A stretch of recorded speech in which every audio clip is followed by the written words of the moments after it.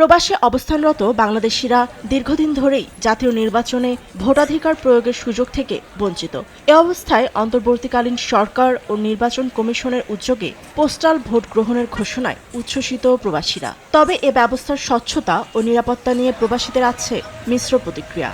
নেতা তার বাসায় বিপুল সংখ্যক ব্যালট পেপার, পোস্টাল ব্যালট পাওয়া গেছে, এই ধরনের যেন ভবিষ্যতে না হয় সেই ব্যাপারে সবাইকে খেয়াল রাখতে হবে। আমাদের সৌদি আরবে কর্মরত প্রায় ৩২ লাখ প্রবাসী বাংলাদেশি, এর মধ্যে নিবন্ধন করেছেন প্রায় ১,৮৫,০০০ প্রবাসী। প্রবাসীরা বলছেন দূতাবাস ভিত্তিক ভোট অথবা ইলেকট্রিক ভোটিং পদ্ধতিতে অংশগ্রহণ আরও সহজ হতো।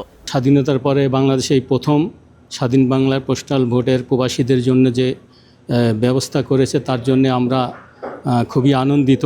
আস্থা অর্জনে নির্বাচন কমিশনকে ডাক বিভাগের সক্ষমতা বৃদ্ধি ও স্বচ্ছ গণনা প্রক্রিয়া নিশ্চিতের আহ্বান জানান তারা।